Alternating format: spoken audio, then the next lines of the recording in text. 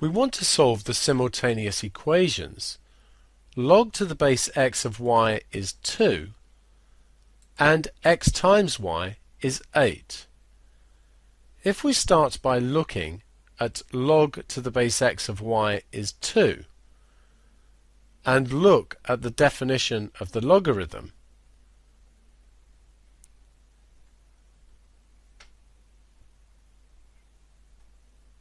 we can see that we have log to the base x of y is equal to 2.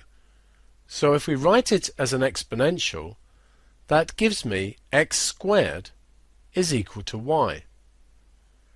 So this one means x squared is y.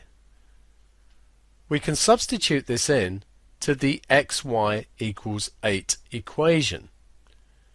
It gives us x times x squared is equal to 8.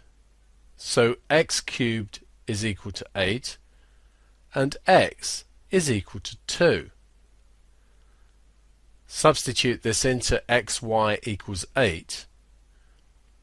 So if x is equal to 2, we get 2y is equal to 8,